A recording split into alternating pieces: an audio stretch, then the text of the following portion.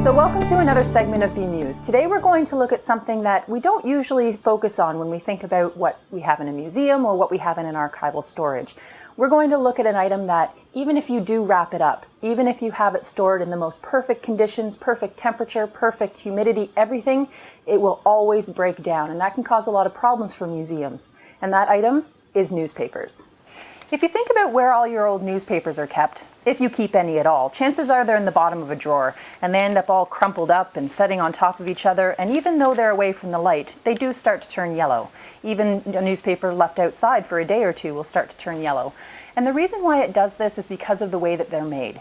When we first started making paper, we often made it out of fibers that were coming from something like fabric. But as time goes on, we used wood pulp instead. And that was cheap, it was easy to get, and you could make a lot of it very, very quickly. The problem was, when you're breaking down wood pulp using machinery, it leaves a lot of lignin in it. And the lignin is what breaks down inside that wood pulp. It starts to turn it brittle, as well as giving it that dark color. So what we're looking at here is a bound copy of the Brockville Times from 1913. Even though these are inside a cover, they've been kept out of the light and they've been kept in pretty much the best conditions that we can. You'll notice that the edges are starting to fray, and if these were folded at all, they'll rip wherever those folds were. So it means that when newspapers are offered to us at the museum and the collection committee gets together and they figure out what they're going to accept and what they're going to politely decline, often newspapers are on the block for this. And usually what we do is we will decline newspapers, and that's because the story that goes along with the paper isn't as important as what's contained in the paper itself. And luckily there are other places where we can go to find this information. Here we are in the basement of Beecher House. Now this is the home of the Leeds and Grenville branch of the Ontario Genealogical Society.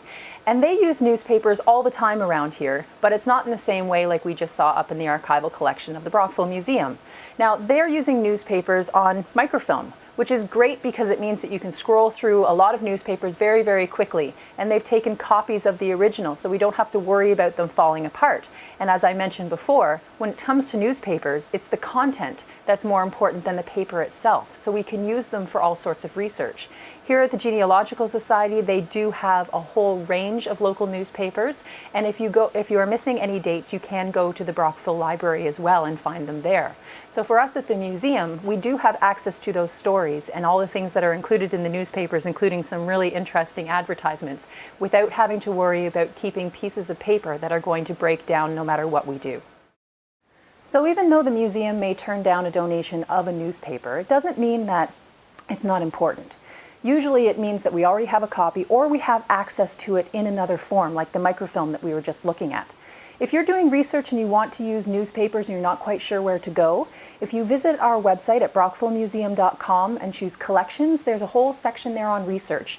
And at the bottom you'll find a link to this brochure called the Brockville Heritage Pathfinder, and it tells you all about the places that you can go in town to do your research about local history.